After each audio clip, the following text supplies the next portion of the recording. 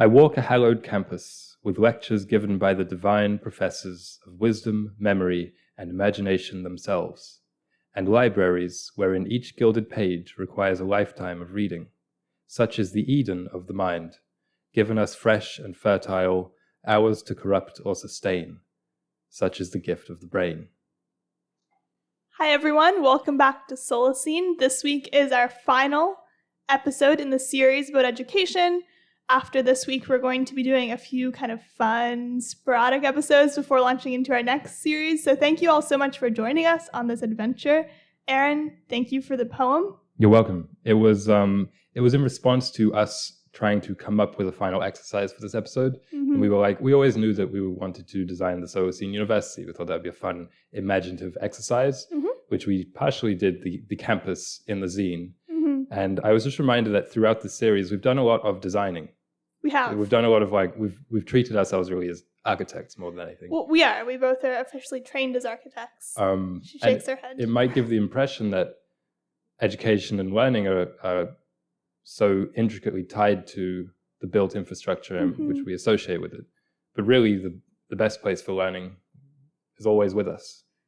And it's, as the poem says, it's ours to corrupt or sustain wherever we live, whatever libraries we're reading in. Yeah. We're really reading in the old brain. In the old brain, always. Yeah. So we're going to start off with learning from home because that's something we didn't cover, but something that is pretty important to me as someone who was homeschooled for about 8 months of their life.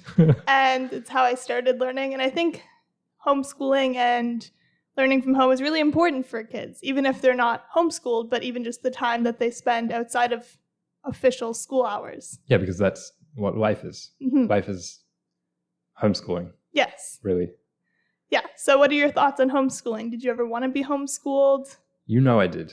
I was. Not everyone listening knows that. that. I was really desperate to be homeschooled through much of middle school and high school, mostly because of the social situation in those schools, but also because I always felt that I was such an independent learner that being in a classroom actually was detrimental to me in terms of learning as quick as I can. As I said in a previous episode, I spent quite a few years occupying myself with little comics and doodles and writing stories in class and things like that. I wouldn't exactly say I was that kid. I was always sketching, but I was just daydreaming. I'd say that's a fairer classification.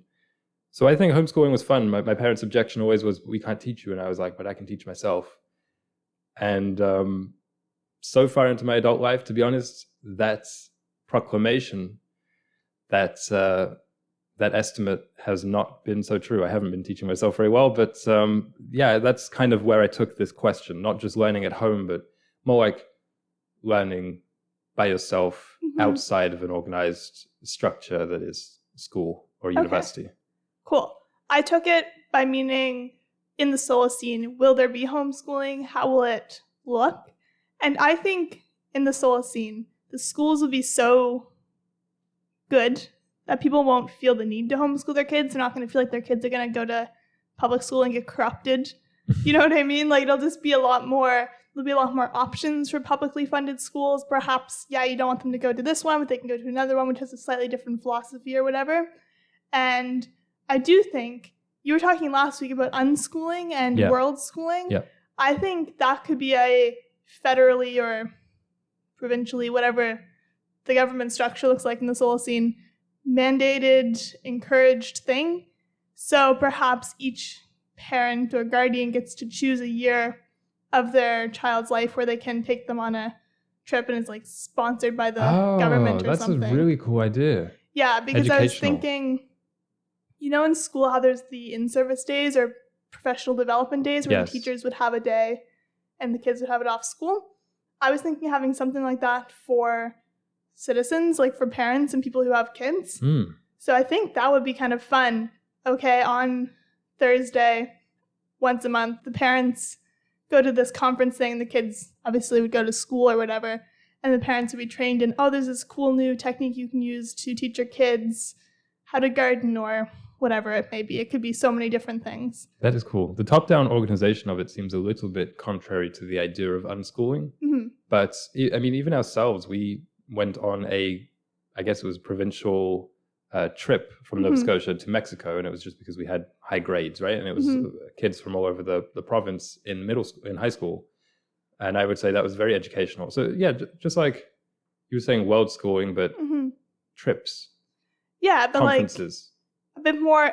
I don't want it to be standardized, but the thing is, in the Solacene, the governments aren't going to be. It's not going to be a Canadian provincial government that's covering basically a continent worth of people and worth of space. I think there'll be a lot more municipal government. Oh yes, okay. So it'd probably be municipal, working with the parents and with the people who are trying to put on these trips, but a bit more equitable, because right now there's always the kids in school who they get to go all over the world, and some kids who never leave their community. So I think just, I guess equitable access to that kind of education. And also the parent development days, I think, is a fun idea. I like it. Is that learning from home or learning away from home, I guess, is a little bit closer to that. Learning outside of school. Fair. With regards to inside the house, something that we've touched on, I think in the degrowth series, is having different spaces within your living space for specific things. So we talk about how can we segregate technology so it's not infecting different parts of our lives. It's like you have a computer room, and that's where the computers and the internet is. And that means that when you're not in that room, you're not constantly relying on Google, and it's not a temptation or a distraction. And I think that is also true for learning. I often wish in our apartment that I had a desk, or we had a desk, because otherwise I'm just sitting where we eat or where sleeping is done. And I also think there's kind of a Pavlovian response wherein when you have a desk, when you go near that desk, it makes you get in the mood to do desky things. Like for me, when I'm around a bed, I get sleepy. When I'm around a kitchen, I get hungry. Yeah. That's just how it is. So I think that, specific places are cool. And of course, it doesn't all have to be in the home, but just for this question, which is learning at home, I think that's something to keep in mind, which is helpful. I agree. I had a few more ideas about learning from home. One of them is that libraries would be even more common than they already are. I feel like libraries, they exist in a lot of communities. Some just don't have them. But making libraries a lot more common, a lot more accessible, having events, the summer reading challenge or whatever. And speaking of the summer reading challenge, I like the idea of having reading lists for the summer or summer homework. Yep. Because I do think a break from school is important, but I don't think we should be taking 2 months off and basically reverting 4 months. Like, it just seems silly. So I think summer school or summer homework, obviously way less than the normal workload of kids and teenagers, but more self-directed. They can choose the books they read within reason. Did you like when you had summer homework, or did you ever have summer homework? Honestly, not that I remember. I don't remember ever having any summer homework. I remember it always being held over our heads as a threat. If you don't do this, well, you'll have to get it done over the summer. But somehow we never did. Although there was one course in high school when you got to choose your levels of class, there was an advanced English, which, not to toot my own horn, but I was made for. It was made for me, someone said. But I knew that there was a summer reading list. And it was like, they weren't even books. I was really into fantasy and sci-fi and more pulpy kind of genre fiction. And these were obviously literature. I remember 2 of the books were A Tale of Two Cities and The Boy with the Striped Pajamas. And I was like, I just don't want to spend my summer reading, especially these books. I was the opposite. So I deliberately didn't take that course. And the teacher was like, again, this sounds like so self-aggrandizing. Yes. But the teacher was like lobbying me. He was like, come on, man, you got to take the course. And I was like, no. And I definitely regret not taking that course. And so the next year I did do that course with the summer homework. And I discovered that I like reading. And now I would not even think twice about it. Because on warm days now, one of my favorite things to do is read. Summer reading, my favorite thing. I remember 10th, 11th, and 12th grade, we had summer reading. And I adored it. I'd go camping and it'd be an excuse to not have to socialize. I'd be like, okay, I need to go do this homework. Then I'd go and sit by the river and read. And then I remember for some reason, more vividly than any books I read in university or high school, I remember those summer reading books. Almost could recite pages, try and they really stuck with me because it was kind of no pressure. It was you have 2 months to read these few books. Right. Read them at your own pace, read them all in one day, whatever you want. I left mine until the first day of school, in fact. I got back every single year. No one else had done the reading or the homework. And the teacher would be like, why didn't you do it? And I'd be like, Well, I did it, but then I'd be frustrated because the first month would be spent reviewing it. But in the Solacene, people won't be slackers. They'll want to do their summer reading or something adjacent, a summer research project or something just to keep kids' minds engaged. A summer film list? Film list? Required viewing.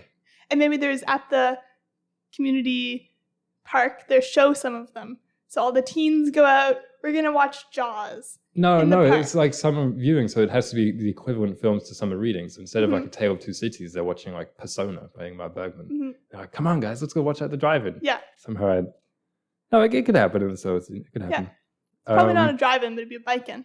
Yeah, that's true. Definitely not a drive-in. My final point for learning from home is with regards to relaxing, we should try to choose things which aren't actively detrimental to our brain. And I understand with relaxing, I mean, this is obvious, but I feel it too, which is sometimes you don't want to read Dickens. Or I just bought The Fairy Queen by Edward Spencer, which is, I don't remember when it was written. I think it's the 1400s or 1500s. And it's just genuinely written in Old English. But I got it with the intention of, as Hermione would say, doing some light reading. And then you, as Ron, say, this is light. Yeah, and I was like, well, this isn't actually going to be a relaxing chore. So sometimes when it comes to books, there's two different kind of brackets that it's in. It's this will be fun reading, or this is homework. This is definitely going to feel like homework. So I think that when it comes to relaxing, we can do fun reading, but it also shouldn't be destroying our brain at the same time. It should be at least just neutral. And this is inspired particularly by this change that I realized was happening in me in university when we had a previous podcast, and for it, we were trying to do social media for the first time. And it was the first time I'd ever been on Instagram. And we were spending a lot of time on there, messaging, networking, trying to get followers. And it took me about maybe a month or 2 months. And I realized I can't read anymore. I can't write anymore. And it had fundamentally changed the way my brain was working. And I think I'm mildly addicted to the internet, as I think most people are. But there's so many kind of pitfalls that we can stumble into without even realizing it today, I think, in terms of what we do. Well, I'm just decompressing after work or after school. You know, sometimes you need to shut your brain off. And I completely agree with that because of how brain intensive so much of our inputs are today. But I think when we're shutting our brain off, we have to make sure that we're not decomposing it at the same time. Yeah, that's a really good distinction, because I often fall into the trap of I'm just going to, because you can really zone out excellently on Instagram or on TikTok or wherever you are. But usually you come out of that hour of scrolling and you don't feel better. No, exactly. I feel like the point of decompressing should be feeling better at the end of it, so you can maybe get one more thing done in the day. You can go out and talk to one of your friends and be present. But I find when I do the hour of just kind of numbing instead of relaxing, it doesn't work. And then I'm not open to learn anything. Oh, I had another point about learning from home, which is that rather than always trying to learn for the sake of it, as in, I'm going to learn a language. Even though I live in Nova Scotia, I'm going to learn Spanish. And we try on Duolingo and we try using online resources. And it's really it's a noble goal. And I do think it's possible. It requires a lot of discipline and sometimes creativity. But I think that you are kind of fighting an uphill battle in those instances. It's maybe better, more effective, more consistent, and more sustainable if we try and choose to do things that just require us to know more. So basically, maybe I really want to go to Madrid. So I'm going to learn some Spanish for that. Yeah. Or I want to join a play, but I don't know how stages and, I want to join like the staff, but I don't know anything about that. So I'm going to learn a little bit about the history. And then you're learning for a goal, and it's not like an artificial deadline or imposed thing that we put on ourselves, kind of. Yeah. My final point for learning at home was that all the TV we should watch should be like PBS. Jeez. And I know it's like, it doesn't have to all be PBS, but I don't think there should be so much schlock, as you call it. You say that like you say that like I'm so evil, but I watch a lot of schlock as well. No, we both do. But what I'm saying, when I was saying about relaxing, is that it's fine to watch schlock, but we should have a little bit of caution with regards to the schlock that we consume. That's what I mean. Yeah. It should be Seinfeld, not Too Hot to Handle. If that's what that show is. I'm not going to be so judgmental and name names, but I just think, especially for kids, adults perhaps have a bit more discretion. but I don't think kids should be watching Cocomelon or whatever the most common kids show is, because I think that it rots their brains. Brain rot. Yeah. So I think being intentional, hey, we're going to watch PBS shows, because like Franklin wasn't explicitly educational and neither was Little Bear, but they made kids feel happy, inspired, taught morals. And I feel like those really bright and flashy TV shows that we're showing kids, I don't feel like it teaches them much. If anything, it just teaches them to have an attitude. And I'm like, I don't want these kids to be running around with attitudes at the age of 4. And you think that Seinfeld continues the tradition of Franklin and Little Bear into adulthood? A little bit. How? Teaches me about friendship. Okay. Teaches me that I want a yo-yo. And I got a yo-yo. Well, what I like about Seinfeld is that so we've been watching Seinfeld. It actually does make us laugh. Yes. It does actually, like, you genuinely find it funny and you genuinely laugh. And I don't want to say that Seinfeld is the best TV show and everyone should watch it, because I'm sure there's a lot of people for whom it doesn't make them laugh. And maybe there's a lot of people that Too Hot to Handle actually does make them laugh. Exactly. So I would just say, when you're relaxing, again, when it comes to not numbing, as you said, the same way that we can scroll Instagram, you could be watching a TV show maybe 4 or 5 episodes in and realize, I actually don't enjoy this. I actually don't like this. And feel okay to shut it off. Yeah. And I think when you're watching TV at all ages, not binging, like you and I watch 1 to 2 episodes of Seinfeld a day. And that might be a lot for some people, but like normally we watch a movie a day. So it's like kind of comparable. And lately, because it's summer, we want to spend less time watching things. So it's just like not binging. And I think Seinfeld's a really good show because it's not a plot. It's not like it's pulling you in episode by episode. Oh, I want to find out what happens. It's not like Grey's Anatomy or something. It's just like you can watch the one episode and you feel content. So I feel like kind of using that model in future television series is good, because then I know people like the plot and they like the intrigue, but I think this accessible watch an episode, cool, gonna go about my day, is good. That's a good point. I'm not sure how relevant to learning that is.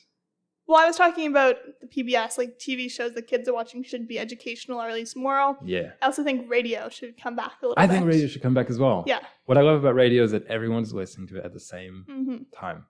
I agree. But again, that's maybe for the next series. Yeah. It's a little hint as to what the next semester will be about. Speaking of Kramer from Seinfeld, the organism of the week this week. A barn owl? No. What is it? You have the clues in the color. A white owl. Snowy owl. Snowy owl. This one in particular is... The Kramer? No, this is Hedwig. This is Hedwig. Maybe I didn't draw it very well. You just drew this like 30 seconds ago. Well, sorry, maybe it doesn't look so good. It looks surprising considering what it is. What do you mean what it is? I thought you were going to be drawing like a sea star, how quickly you drew it. Thanks for outing me to the listeners, but indeed Hedwig. I forgot to draw the organism until about a minute before the episode. So this is a snowy owl, as I mentioned, Latin name, I love the Latin name, Bubo scandiacus. That is cute, isn't it? Great name. It's native to Arctic regions and, of course, very famous from Harry Potter. Are you a Hedwig fan? Or I like Hedwig. Because I know there's some people who kind of... I feel like the poor guy is just shunted. Harry treats him so badly. Isn't it It might be a woman. I think it is. Do owls have gender? It's a question for another day. I should probably know that, giving it to my organism. I'm joking. They do. Okay. So the snowy owl is actually one of the biggest owls. Okay. Reaching a weight of up to 3 to 5 pounds. Wow. Yeah, that's not very heavy, but a 3 to 5 foot wingspan, that is pretty impressive. That is impressive. 20 to 25 inches long. And they are mostly active at night, of course, but they're also seen to be hunting during the day sometimes, which I thought was rather sneaky. A little sneaky. But I guess it makes sense given their color. Yeah. Because it kind of blends them in with the tundra. They spend most of the time on the ground. And I was curious about their eating, given they're so big. And indeed, it says that on the coldest winter days, depending on the size of the owl, it can require up to 7 rodents to survive per day. Whoa. Yeah. I How don't many know rodents how do you animals eat per hunt. day? That's impressive. 0. Exactly. Yeah. They swallow their prey whole. And the reason I chose the owl for this is because I thought, to wrap up the education series, of course, the owl is commonly referred to as the wisest of the animal kingdom. And I was wondering why that is. Do you have any ideas? I don't know. Well, something that's interesting is that it has been labeled wise and smart and knowledgeable in several different independent cultures. Mm-hmm. And I think it's because it has very big eyes. It's relatively quiet compared to other birds and even other birds in its family. Mm-hmm. And I think that it's kind of like, there's a saying like that with humans, right? It's like, you should be quiet and let people assume that you have nothing to say or something like yeah. that? Yeah. I think being quiet is generally assumed to be something smart people do. Mm-hmm. And also because they hunt at night, so it's like, well, they can traverse the night when we can't even see anything. So it's like the sense. And the Greeks in particular associated this with a divine light of Athena. The owl was associated with Athena. And early Christians associated the owl with Jesus. Interesting. Makes a lot of sense, huh? Yeah. Not really to me, but I understand. That's the snowy owl. Snowy owl. That's a cool choice. I remember in particular in elementary school doing when people would just come in and you'd be like, why are you here? Mm-hmm. And they would do a presentation. Mm-hmm. They did a presentation about owls and they brought in their pellets. Mm-hmm. And I never forgot that. Mm-hmm. Me neither, because that exact same thing happened in my elementary school. Except we also got to see an owl? Dissect a pellet. Yeah. I wasn't there for that day, unfortunately. I wasn't there for that day either. What is going on? Goodness. So in sync. Across Nova Scotia, there were people missing the owl pellet day. I would have loved to dissect that. Mm-hmm. These days. Maybe not back then. Maybe I was a little bit grossed out, but maybe. I would really like to dissect an owl. Yeah. And the other reason I chose the owl is because I thought the second half of this episode is going to be dedicated to the imagined Solacene University, that the owl could be the mascot. The snowy owl could be the mascot. I think that's an incredible idea. Do you remember the Latin name? Bobo. I think it was Bubo Scandiacus. Scandiacus. Scandi. It's cold. I see. So Solacene University. I wanted to start off by saying what majors I think we should offer. Okay. And I only listed 5. Obviously, there'll be more than 5 majors. Right. I wanted them to all be fun, cool, alliterative names. My first one is how film changes the world. Okay. Do you agree or disagree with that as a major?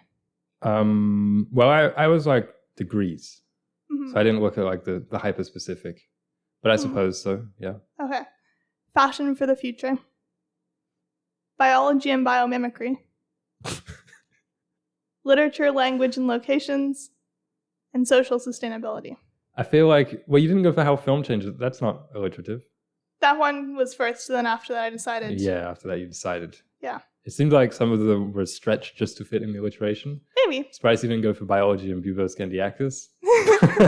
No, but it was intentional. Yeah. I didn't want it to just be a biology degree. I wanted it to be biology and how we can use biomimicry in fashion, in buildings, in social systems. I wanted it to be a bit more, not just studying the animals and the people and things. I wanted it to be studying them, learning like social lessons from them and applying it. Well, let's take a step back first. Is this an undergraduate university? Yes. I think so too, because that's all I have close experience with. So I could kind of fix what was wrong with our undergraduate. But with regards to the core branding, I just had an idea, which is that, so I'll go with my degrees, with the way that I kind of broke it down, which is that there's 3 houses, Hogwarts houses, and there's the arts, social sciences, and the hard sciences. Those can all be rebranded to different things, but those are the categories. And in the arts, you have kind of a modification of the 6 classic arts, which are literature, architecture, cinema, music, and then I just put in performance, which can mean acting and dance, and also the visual arts, which can mean mostly painting and sculpture, probably. And then that was the one that I was like, I put the most effort into the 6 degrees, because that's the one that I would probably like to do. And there's the social sciences. We know what these are. It's like law, political science, philosophy, history, sociology, anthropology, things like that. And there's the hard sciences, which are like environmental science, engineering, biology, physics, etc. Medicine. Yeah, medicine. Well, maybe not, because it doesn't have to teach anything. Like first, I was like, maybe the Solacene University that I'm designing should just be an art school. But then I thought, well, we should probably expand from there. Astronomy. But I think that, so a kid chooses their degree. I'm going to, I want a literature degree in the arts faculty. And then maybe my main idea for the school was that instead of having predefined courses that kids need to take and degree requirements. They just take whatever they want for probably 3 or 4 years. Mm-hmm. And then afterwards, once they're done, they submit a portfolio to their faculty, mm-hmm. and the faculty decides if it's a worthy portfolio to get the degree. And if it's kind of questionable, then they can take a test. Mm-hmm. But I thought that so often it's like, why do I have to take this course? I'm not going to learn anything and have to pay a lot for it. It's like, I understand why schools need to require that, because otherwise there's no way of knowing that the graduates know these basic things with regards to, say, engineering. Mm-hmm. But if they have to submit a portfolio, then presumably the designs in the engineering portfolio will require a knowledge of what that class teaches. If it doesn't, then they can either say, actually, you should take this course, or we'll take a mandatory test. Mm-hmm. And I thought maybe for some degrees, I might be like for medicine, there might be a little bit, that's why I didn't list medicine, might be a little bit too fast and loose. So there could be 1 year or 1 semester of absolutely required, the typical university, the courses are laid out for you. Mm-hmm. We had a liberal arts university, which was very close to ours, which had a first year program, which I think was just called the FYP. Yeah, foundation year program. Right, and it just gave them basically all a uniform introduction to history and philosophy, I think. And I thought that was a really great thing, but I don't like it for every year. So maybe there could be just a little primer. It could even be just the summer before the school starts, something like that. Okay, I also had a FIP-inspired program. Okay. And I think it should be anyone who graduates the Solacene normal school system or whatever, just the school system. You can either choose, it'll be free to go to this 1 year foundation year program, or you can jump right to university, perhaps pass a test, or you just choose to go right into it. But I think I don't want it to be, okay, first year chem, first year bio. It'll still be very, very inspired by this program in particular, because that's so, the people who came out of that program, I swear, were like, competent. They were so smart. They were genuine university students. Yeah. Like us, high schoolers. Yeah, but I think it shouldn't be, because if you have to pay for it, if it's like an optional thing you pay for, no one's going to do it. But I think it's free if you want to take a year. It would encourage people to explore a bit more all the options of what they can study in university. Yeah, I do think it's a good idea. It's kind of like a cégep or like a gymnasium type grade 13. Yeah, it could also give them more of an idea, as you said, coming out of high school, about what they actually want to study, what they want to devote their next few years to. Yeah. No, I do like that. But after that, I think there should be almost complete freedom. I agree with And what that. I'm saying with the degrees is maybe, okay, I want a literature degree, but there could be a graduate studies element to it, which is, with my portfolio, I also propose a name for the degree. Yeah, like what you just had with biology and biomimicry. Maybe that's what someone wants their degree. That's what they want written on their degree, I think could be. So there's customization. You don't feel like you're just fitting into these predetermined and often kind of pointless and expensive hoops. Yeah, I like that, because especially when it came to our university experience, okay, you do your major, your 2 majors. Then with the minors, it's like I had 2 minors that I had 9 credits in, but I didn't get the 10, so they weren't in my degree. Bureaucracy. It's just nonsense. Was just like, okay, I guess I didn't do those minors, even though I had almost enough courses. I think it should be a lot more loose. It discourages genuine kind of pursuit of your interests and what you're good at. So in this structure, what do you think your degree would have been? Like what category, and then what would have been the name of your specific degree? For me, I would have chosen literature. Yeah. But it would have been something like, I don't know, environmentalism in classical lit. Like I think that would have been more in tune to whereas right now what happened was I was kind of funneled into environmental science, took a lot of English literatures, ended up hating all my science courses, but... Yeah. My degree, based on what I took, would have been something like sustainability from a business and from a religious perspective, because I took a lot of religion and science courses, and I took a lot of business courses. So it would have been in business? Yeah, business, I suppose. Yeah, I like that. I think that's cool.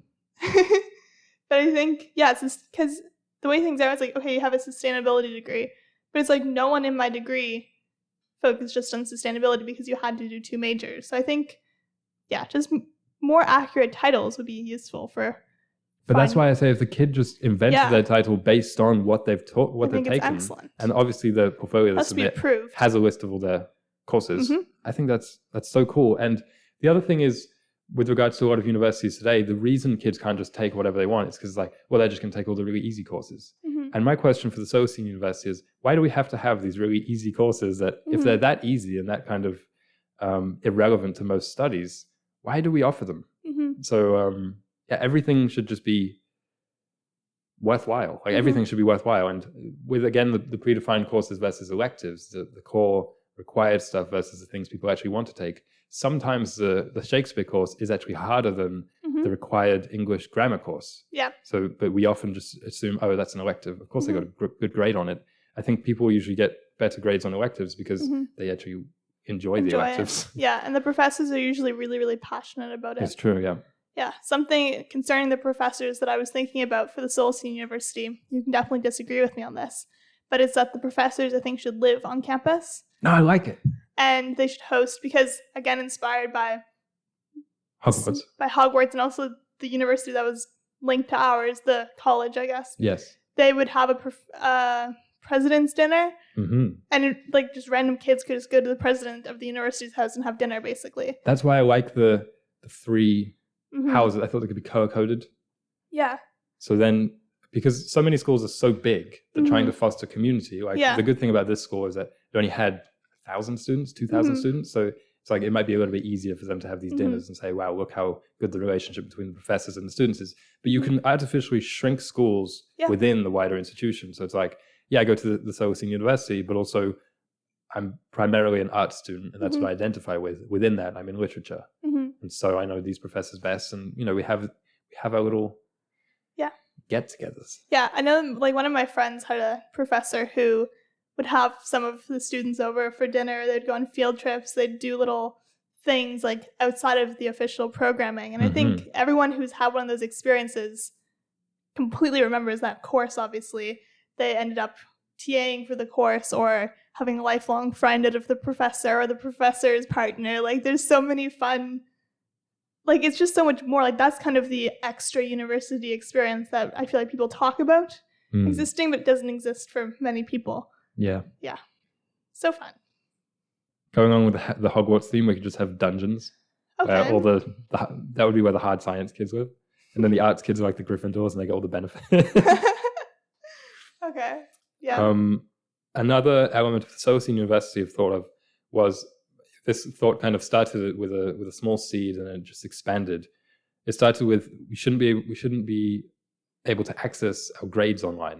You shouldn't be able to monitor your grades online, because what that leads to for so many kids is just jumping through hoops to get the pass. And I don't think that's really beneficial. If they want to work it out, given the syllabus and the grades that they've gotten back on paper, then that's up to them. But so often you're just watching that like a hawk, even more than you're actually doing your studies. Yeah. Because there's such a financial stakes. Also, I thought no submissions online, just because it's miserable. Yeah. So if you're writing an essay, you have to hand it in.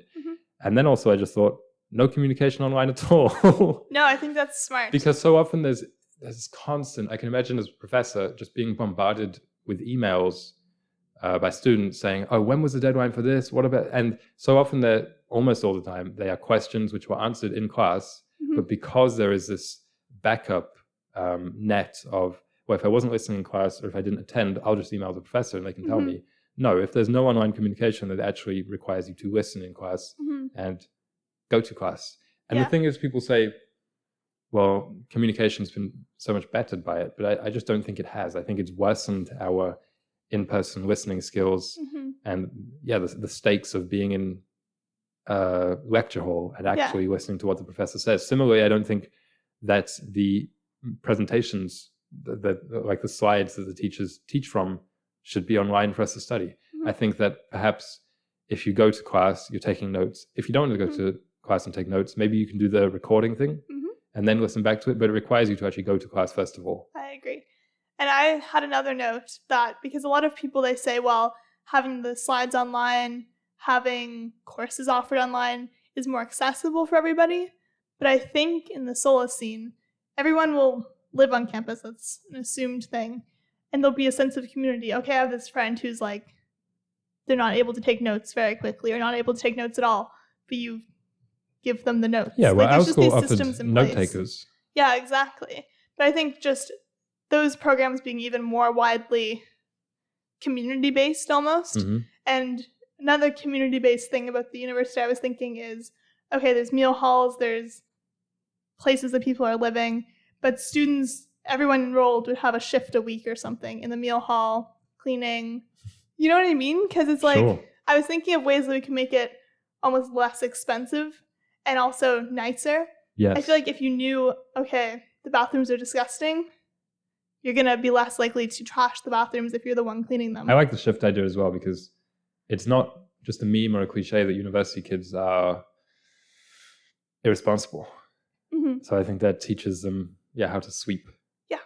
Yeah, I like that idea. But with regards to expensive, I just think it should be free in the sense. No, I think it should be free as well. But I was thinking, but then you're going to have... Free or very cheap. Yeah. Because it removes the distractions from learning. I mean, I'm sure there's studies done that when kids have jobs in addition to their degree, they get less from their degree.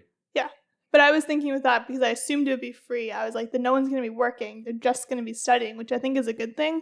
But I think it's important to have, I think we'll get to clubs in a minute, but also I really, really liked having a part-time job in university.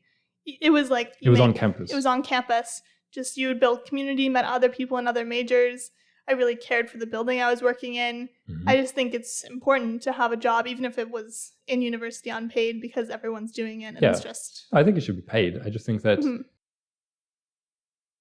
perhaps if it wasn't a requirement, as in I need this job or I won't be able to enroll next year, then that's why I think school should be free. I also thought regular fairs, expos, performances from obviously the more artistic inclined students, where students can display their work, their study, and also where potential hirers can come and check out what's going on. Because I thought perhaps with this color coding and this Hogwarts housing, the siloing that I've done, well, it's not good that the art kids never interact with these and whatever. And I know that there's a lot of work done in universities to build kind of bridges between faculties and subjects, which I think is a great thing. I think that everyone should be able to take electives from everywhere and courses and join clubs from everywhere and all that.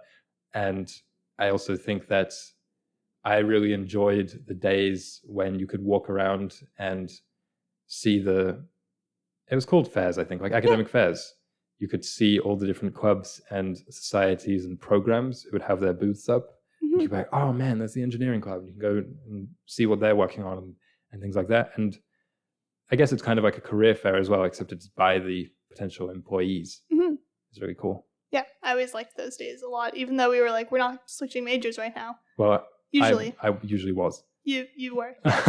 On the subject of career as well, I think that so many universities pay a lot of lip service to, you guys have to be constantly thinking forward, and you should really think about your job before you enroll in things, and you should be always thinking about your career. But I don't think they offer a lot of genuine support aside from a few token co-ops and apprenticeships that they offer. So I think that if there was a mandatory career guidance, so you had the same person from when you entered the school to when you graduated, who is talking to you all the time about, not in a really pressure way, about how is this going to help your future, but just, have you had any thoughts about this? Here's what's going on in the community. Here's what's going on in various industries. And I'm not thinking that school should be just an economic conveyor belt, but it's so that universities don't just dump kids into the dumpster afterwards. And so that it's helpful for the students. And I think students would enjoy it. And it doesn't have to be, Google's hiring, it doesn't have to be like that kind of networking. I was thinking for us, it could be something like, oh, really? That's your plan? You want to start a podcast and hopefully grow that? How can we help you? Like there could be university genuine support for all the creative endeavors that the kids want to work on, because even if the kids' podcast isn't going to work out and, they'll be able to live off that, it's a huge learning experience for them. And that's what universities are for. Yeah, I agree. I had a few thoughts on how to keep kids plugged into the community throughout their degree, because I find, okay, you graduate high school, you go to university, and you basically live in this paradise for 4 years. And you graduate and you're like, oh, yeah, I have to volunteer, I have to do these things to remain engaged, because you're almost automatically engaged because you go to a university. Yeah. So I was thinking almost monthly field trips. Something, it could be on a weekend, it could be outside of the course, but you're going to a local farm, you're going to a local business, asking questions. I also had that most community members should be guest lecturers or just present on the campus, like you were saying with the fairs and stuff, but just Oh yeah, I run this cell phone repair shop. Nice. Doing a little routine. What would you say? A presentation, just like being involved, being engaged. Everyone's engaged with the university because alumni engagement. But like not only right now, I feel like the only alumni who are engaged are the ones who are working for Google. Yeah, but it's like the richest ones, basically. Yeah, it's like you're a stay-at-home mom. You can also be engaged in the university. Some of the terminology that we're using reminds me of the way that people talk about army veterans after they're finished with the military. Mm-hmm. It's like, well, then they're just cast out and they get no support or whatever. So I genuinely think that, not to try and diminish, military service, but I do think that there's a similar sense sometimes of we were in this sheltered environment, which was, as you say, almost like a paradise. You go out of it, you're on your own, and maybe it didn't prepare you that well. I mean, the Solacene University would be more geared to genuine competency and preparing you for adulthood. But I do think some kind of transition program, some little, we still have meetups, things like that. Recent alumni. And obviously people move when they finish university, but that's one way perhaps the internet could be used in a positive way of remaining engaged. Because one of my friends, she was telling me, she was like, I wanted to contact the career counseling at our university. And it was like 3 months after you graduated, and they said, no, that's actually only for like 2 months after you graduate, then you're cut off. Or it was something super silly, and she was like, I literally worked for you for like 4 years. Yeah, well, that's the thing with universities today. Don't care about the students at all. They're just profit-based organizations. Yeah. And that, there's no, it sounds harsh, but it's true. There's a lot of talking about how much they care about the students and alumni and all that. But then as soon as they graduate and they're not actually paying, they don't care. This sounds like really personal, like we're talking like scorned lovers. But it's partially true. My final thought about the Solacene University would just be that there are constant public forums, organized and spontaneous, to exchange ideas, and especially so that students are always required to speak. Because there's so many students who not just go into university, which is a shame in itself, but who graduate university not being able to, one, speak, two, write, to speak publicly. They still have so much anxiety about sharing any ideas in front of peers, which should be a good place to do it. I had this nice quote, which is that the purpose of the university is to make students safe for ideas, not ideas safe for students. And I think so often universities dilute certain subjects before they teach them to students, rather than building up the students so that they can handle them and also see what they actually think about it. Yeah, I agree with that. So thank you for sharing that. Are you prepared for your final examination? Oh, the education quiz. Yeah, I'll make it short because it's not really that exciting. But okay. Play along at home if you're listening. So my first question for you, Aaron, is name 2 rites of passage that we had ideas about for the Solacene. Geez, it's so early in the morning. I'm rough with this. But of course there was, what was the name of the place that I invented for the kids? Do I have to come up with the name of it? Just like the place where the kids were hanging out. Yeah. What was that called? You had Purity Park. Purity Park, yeah, that's one of them. And then one that you said was choosing a name. Choosing a name. I did I'll never forget recommend that. Okay, my second question is, what were the 2 class curriculums that we covered? So remember, we chose ones from the zines, and then we discussed how they'd be taught. Mine was the plays, language and plays, I think it was. And yours was something about the... I don't remember what yours was. Mine was the art creation course. Oh, creation, of course, because you're so angry about the name. Yeah. The name change. I remember, yeah. Okay, the next question. What was an element of my library? Can I talk about the mechanized drones who were like bees? Yeah. Leaving honey, which was like luminous light. Yeah, the hive was the name of my library. I know. I understand. Yeah, the whole concept. Okay. Hexagons. What are some tips for self-learning? Well, we have setting goals. That was one thing. Choosing things you enjoy, always staying motivated. Yeah. Minimizing distractions. Maybe this was the episode where we talked about memorizing, where we memorized the poem for. Those are all things. Okay. Yeah. My next question is, what is wrong?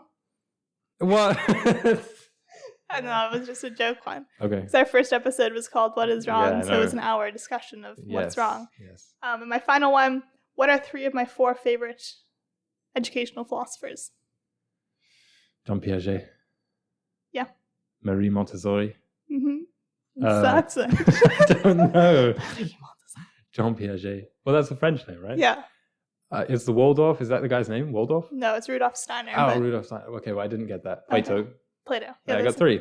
Yeah, you basically got the 4 of 4 because no one knows that old Rudolph. So, any final thoughts?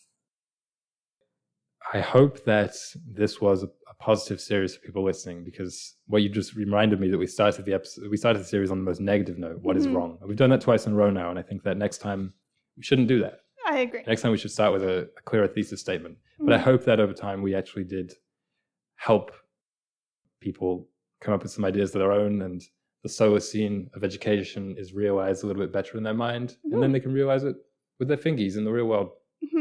Thank you all for listening. If you want to hear more from us, we do have a TikTok and Instagram, and we have little clips if you don't like listening to the full episode or you want to share us with someone new. Oh, yeah. Send them a clip and say, look at these fun kids. Anyway. Bye. Bye.